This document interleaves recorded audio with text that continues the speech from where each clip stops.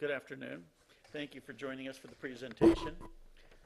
We're going to talk this afternoon about a technology that we're going to install in the Temecula Valley High School District here in Temecula, California.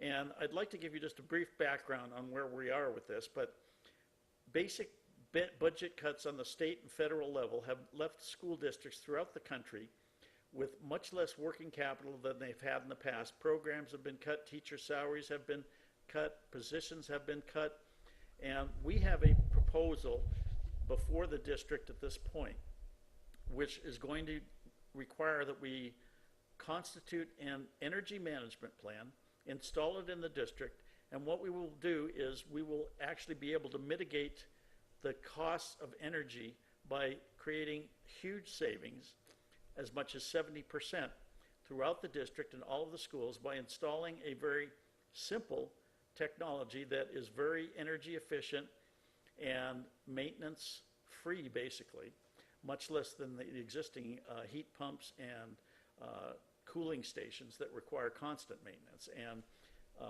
heating and air conditioning professionals to run them.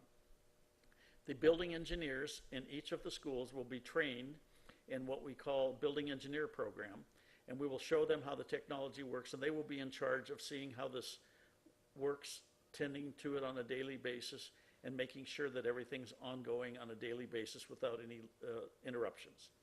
So what we're going to do is we're going to show you now what a ground source heat pump looks like, and turn the monitor so that you can have a look at it. And get close enough with the camera so that you can see what we're looking at here.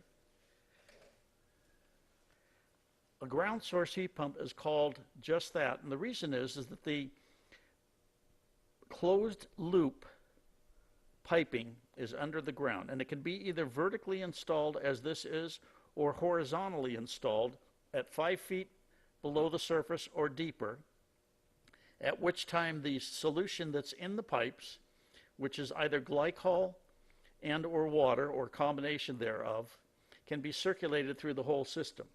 Now this is your ground loop down here. What happens is you have a pump up in the heat exchanger unit, which is above ground.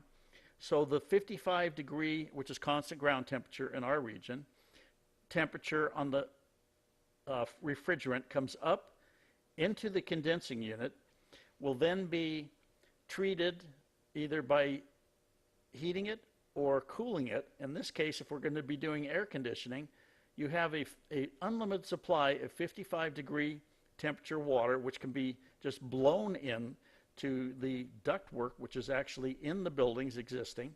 So you don't touch any of the technology in the building.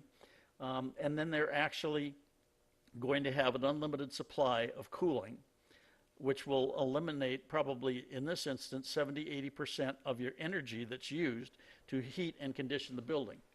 Now, in the case of heating, in the wintertime, when your outside temperatures are 30 or 40 degrees, this 55 degree air comes into the condensing unit. It then will be heated up another 13 to 15 degrees.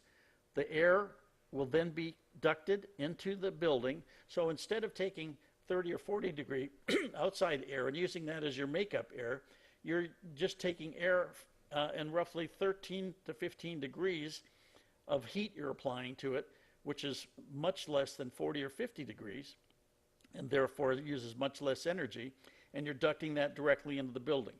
So this is a basic understanding of how the technology works.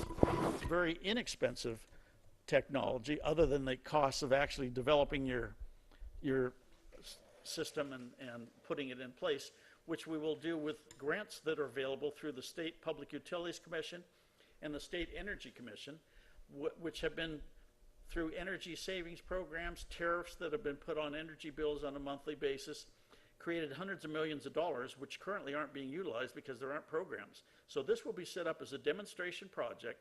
We will start it in this particular school district with a number of schools initially, which would be 1 elementary, 1 middle school, and 1 high school.